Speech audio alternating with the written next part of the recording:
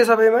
आजको भिडियोमा हामीले स्ट्रक्चर एनालाइसिस सेकेन्डबाट इन्डिटर्मिनेट आर्कको अर्को नयाँ प्रब्लम लिएर आएका छौँ। यो क्वेसनले के भनेको छ कि determine the horizontal thrust develop in semi circular arch of radius 18 metre loaded as shown in figure भनेको छ हैन।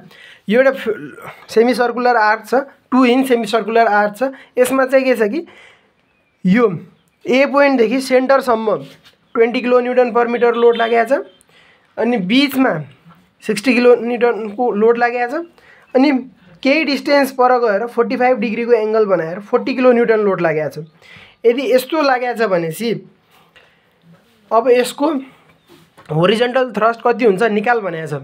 होरिजोन्टल थ्रस्टको लागि के गर्ने कि हामीले के गर्यौं, यदि हाफ स्पानमा यूडीएल लाग्यो भने त्यसको कति हुन्छ भनेर निकालेका छौं।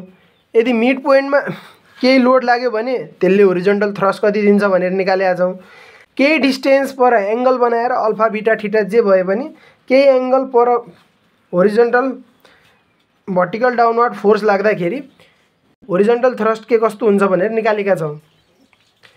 हामीले के गरेका छौं कि यदि यूडीएल लोडिङमा हाफ स्पान सम्म यूडीएल लाग्दाखेरि कस्तो बिहेभियर देखाउँछ होरिजोन्टल थ्रस्टले, कन्सन्ट्रेटेड लोड लाग्दाखेरि आर्कको सेन्टरमा कस्तो बिहेभियर देखाउँछ, अनि केही एंगल पर अल्फा एंगल पर होरिजोन्टल फोर्स लाग्दाखेरि भर्टिकल फोर्स लाग्दाखेरि कस्तो बिहेभियर देखाउँछ, यो हामीले हेरिसकेका छौं।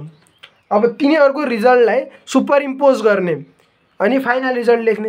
होरिजोन्टल थ्रस्ट यदि यूडीएल को छ भने चाहिँ हाफ स्पान को लागि के हुन्छ 2/3 अफ WR/पाई हुन्छ। यदि फुल स्पान भए 4/3 अफ WR/पाई हुने हो। हाफ स्पान को लागि 2/3 अफ WR/पाई भयो। यदि सेन्टरमा छ भने चाहिँ W/पाई लाउने, अनि केही डिस्टेन्स पर एंगल बनाएर छ भने चाहिँ त्यो भनेको चाहिँ W/पाई त भयो, तर cos स्क्वायर थीटा पनि हुन्छ। अब यहाँ भ्यालु राख्दियौ, 2/3 को ठाउँमा 2/3 नै भयो।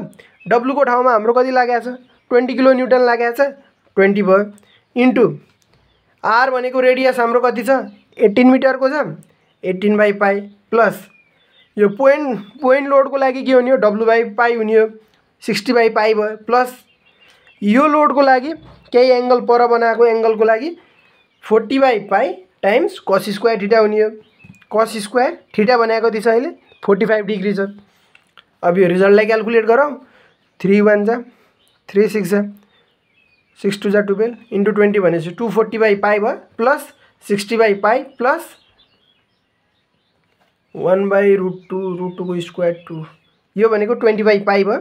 यो सबैलाई जोड्ने 320/पाई हुन्छ।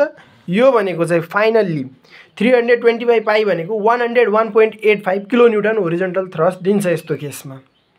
Thank you.